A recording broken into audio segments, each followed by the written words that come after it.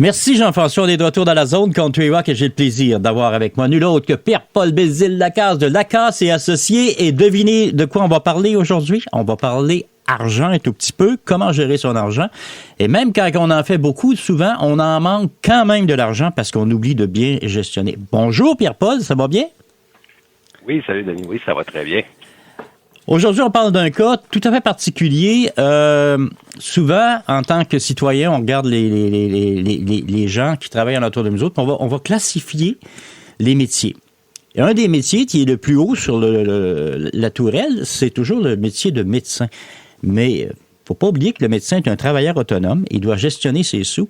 Et eux aussi se font jouer des tours du côté financier. Oui, ben effectivement, le cas qu'on va parler aujourd'hui, c'est une jeune médecin, Véronique, qui a commencé sa carrière puis qui était pas très bien structurée en fait d'un point de vue financier. Donc qui est arrivé une couple de bad luck rapidement dans sa jeune carrière de médecin qui ont pas rapport avec son travail. Donc une problématique au niveau d'une séparation, un enfant qui a été malade, qui a occasionné un petit peu des arrêts, des absences du travail, puis des frais aussi. Tout ça ensemble a amené une pression financière, mais en plus avec la mauvaise gestion puis l'achat rapidement, les médecins sont pas à l'abri de. Souvent, on caricature les mineurs là, comme des gens qui vont s'acheter la maison rapidement, le gros pick-up et tout ça. Ouais. Les médecins sont pas à l'abri de ce genre de comportement-là. Puis c'est vrai pour beaucoup de métiers très rémunérateurs. Là. Donc, on parle d'argent qui circule, mais d'argent qui est peut-être mal gestionné à ce moment-là. Oui, ben c'est ça.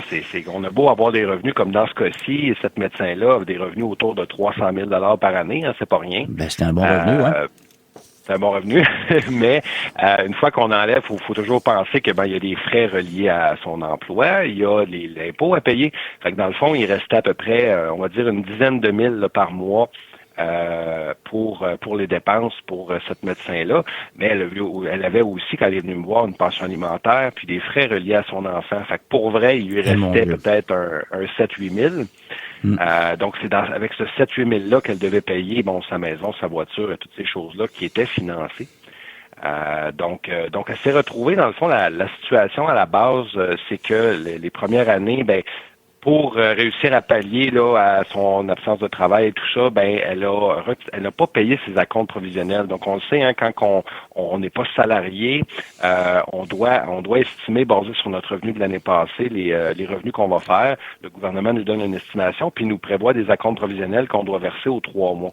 Et donc, Véronique n'a pas été en mesure de verser ces acomptes provisionnels-là une des années, la deuxième année, et ce qui a occasionné que des retards, des pénalités, des frais et des ententes avec le gouvernement. Et année après année, pendant 3 ans, Véronique a pris ce genre d'entente-là pour revenir payer le passé, mais ses revenus augmentent, donc d'année en année, les acomptes provisionnels augmentent, et elle est toujours en arrière. Donc ça a été une problématique qui a été occasionnée par les choix des premières années et qui a été occasionnée par les intérêts qu'elle a dû payer. Elle avait aussi, donc quand elle est venue me voir, en fait, elle avait 150 000 de dettes d'arrérage d'impôts. Et mon Dieu, c'est énorme. Oui, c'est beaucoup. Parce qu'il y a de l'intérêt, il y a de l'intérêt qui se met là-dessus, hein, Pierre-Paul? Oui, de l'intérêt. Il y a eu des retards aussi, donc des pénalités de non-production là au travers de ça. Puis il y a des frais de gestion qui est mis aussi par le gouvernement. Et la problématique, en fait, je vais en parler un petit peu plus en détail, c'est que quand on prend une entente avec le gouvernement, à la fin de l'entente, souvent il y a un montant qui nous est rajouté par-dessus en intérêt et en frais de gestion. Okay. Donc tout ça a occasionné la dette de 150 000. Donc, qu'est-ce qu'on a fait avec elle? La première chose, ça a été de discuter avec son comptable pour s'assurer que toutes les informations qu'elle nous donnait, c'était bon, parce qu'on veut pas faire un plan, surtout dans ces chiffres-là, on parlait d'un total de 200 000 de dettes. Dans ces chiffres-là, on veut pas se tromper dans le plan de match, évidemment. Donc, on a vérifié avec le comptable les informations fiscales, ce qui était prévu, les ententes et tout ça. On a fait un budget aussi très précis avec Véronique, en plus de la former sur la façon qu'on devrait gérer un budget. On l'a fait avec elle, puis on s'est assuré qu'on avait une certaine marge de manœuvre pour déterminer aussi quel genre de règlement on pouvait faire avec le gouvernement. Fait que dans le fond, ça l'a constitué là, de la base de notre analyse. Puis après ça, on est arrivé avec le gouvernement, puis on a fait un offre par le biais d'une proposition de consommateur.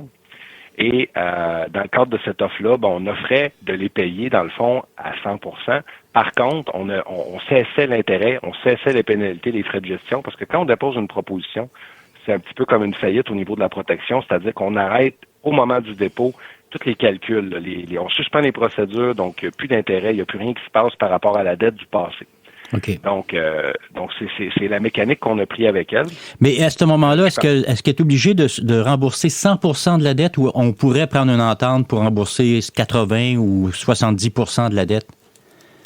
Ben, le montant de l'entente va dépendre des actifs et des revenus de la personne. Okay. Étant donné ses revenus, les calculs qu'on devait faire basés sur ses revenus et certains équités qu'elle avait sur sa maison, ses actifs, ça faisait que elle avait à peu près autant d'actifs que de dettes. Fait qu'on n'a pas eu le choix de faire un offre à 100% dans son cas. Mais dans la majorité de mes clients, là, c'est très, très rare que c'est 100%. Normalement, on va regarder les actifs de la personne, les revenus, et puis on va faire un offre vraiment en dessous de 100%. Des fois, c'est 20%, des fois, c'est 10%.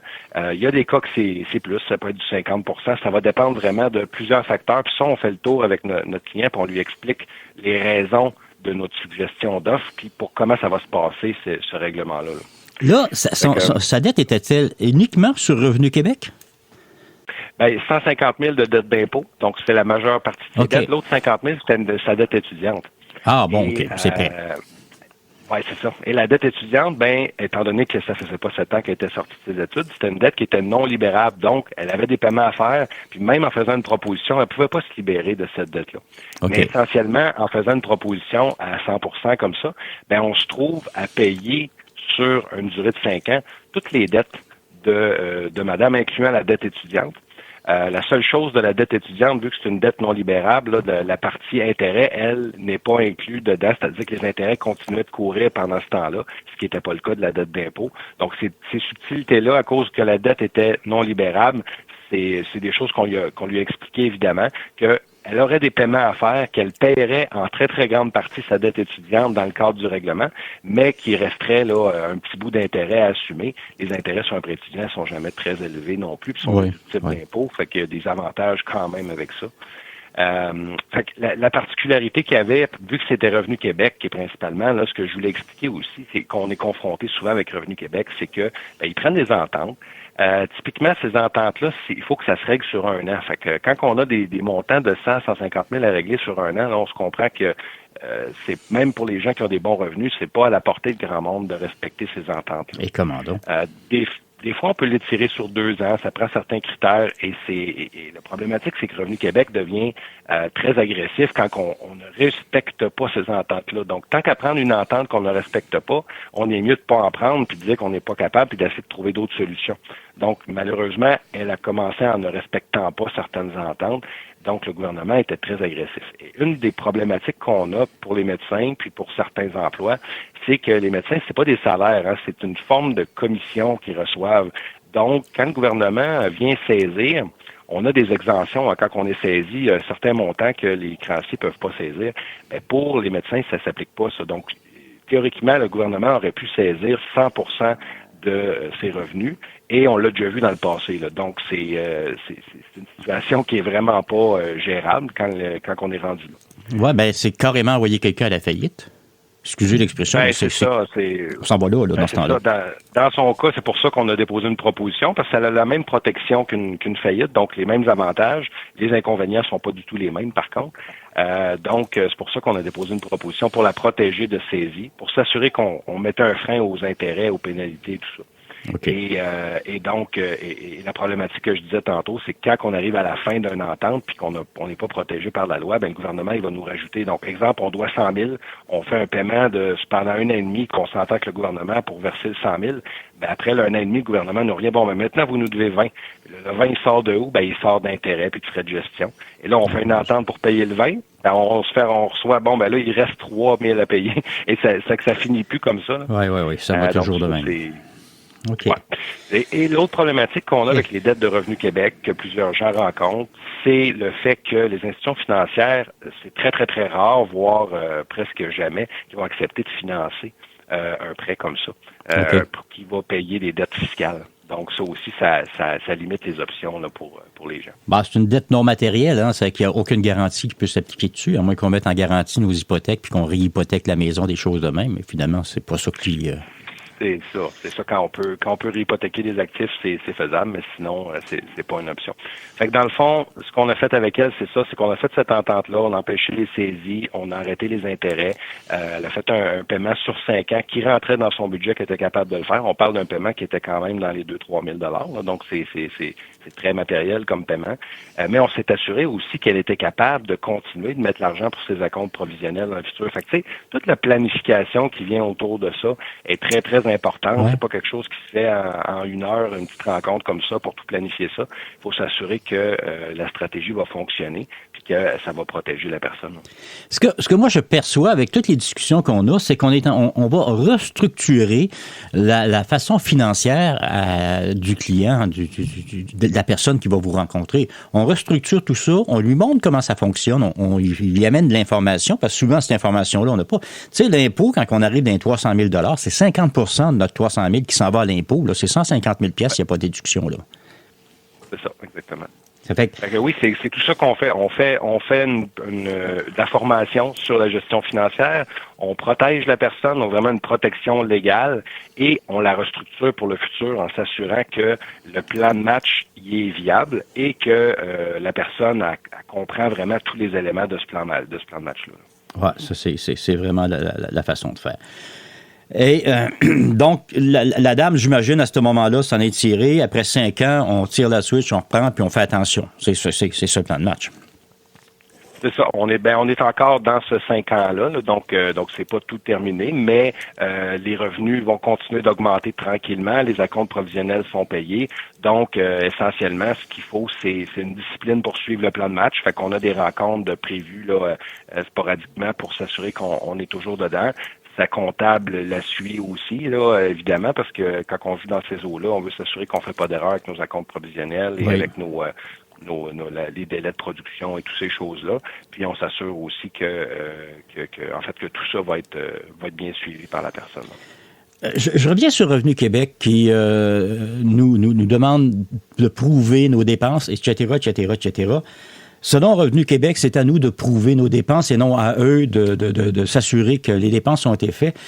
Il peut arriver toutes sortes de choses aux gens qui gèrent des compagnies, par exemple. Je pense à un dégât, par exemple, qui pourrait détruire des documents, des choses de même. Il n'y a aucun recours face à Revenu Québec si on n'a pas les documents. Ben, c'est exemple, si on a demandé des dépenses, on a des revenus, on a des dépenses quand on a une entreprise. La partie de dépenses, ben on l'envoie pas systématiquement. Là. Dans notre rapport, on la déduit et c'est tout. Mais si le gouvernement fait une vérification, il peut nous demander effectivement toutes nos preuves de dépenses. Et comme tu l'as dit, ben si quelqu'un a perdu ces documents-là, s'il y a eu un dégât d'eau puis c'est détruit puis qu'il n'y a pas de backup, des fois c'est très difficile pour les gens d'aller prouver les dépenses qu'ils ont demandé au gouvernement pour baisser leurs revenus. Donc ça va arriver des gens qui avaient pas des gros bénéfices dans leur entreprise parce qu'il y avait beaucoup de dépenses reliées aux revenus. Donc, et là, le gouvernement arrive puis demande des preuves de ces dépenses-là. Donc, si on n'est pas capable de les fournir, si on est mal classé puis on n'est pas capable de fournir les dépenses que le gouvernement demande, ben, effectivement, le gouvernement va les refuser.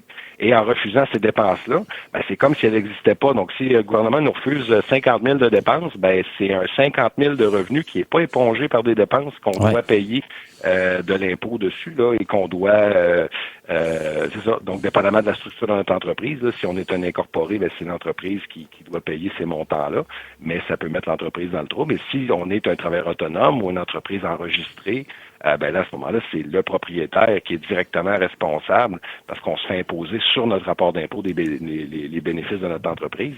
Donc ça peut être très critique pour les gens qui ont une problématique de gestion de leurs papiers. Tout simplement, c'est aussi simple que ça. Là. On en a des fois, les gens ils n'ont pas fait une fortune là, avec leur entreprise, mais parce qu'ils ont mal géré la partie comptable, ils n'ont pas été capables de prouver leurs dépenses. Et là, ben, ils se retrouvent avec une facture fiscale très, très élevée. Des fois, c'est la même chose pour les TPS TVQ, même principe. Hein, on demande on réclame des taxes, on les reçoit, puis après ça, on nous demande des preuves, puis on n'a pas les preuves. C'est la même problématique. Donc, il faut être très vigilant d'une part pour demander les dépenses qu'on a vraiment droit, mais d'autre part pour garder les documents classés pour pouvoir répondre au gouvernement. Peut-être classer ces documents-là puis les archiver année par année dans des contenants protégés, des contenants hermétiques à quelque part. Oui, puis d'avoir des backups informatiques en maintenant, c'est très facile. On scanne les factures puis on les rentre dans notre système. Aussi simple que ça, oui, OK. Parce que j'allais dire, les backups informatiques, ça prend vraiment une copie du document officiel. Oui, c'est ça. Donc c'est souvent on a des copies dans le cloud. On peut pas juste avoir, par exemple, nos copies sur un disque dur. Hein. C'est bon d'avoir ça dans des espaces sécurisés, des espaces qui ont des backups, qui sont renouvelés fréquemment. Et tout ça fait partie de la gestion d'une entreprise. Hein. On n'a pas le choix. Bon, c'est important. Après ces bonnes recommandations-là, mon cher Pierre-Paul, j'aimerais ça qu'on redonne l'adresse pour nous rejoindre, parce qu'on est déjà rendu à la fin de l'entrevue. Pour vous rejoindre, on s'y prend comment?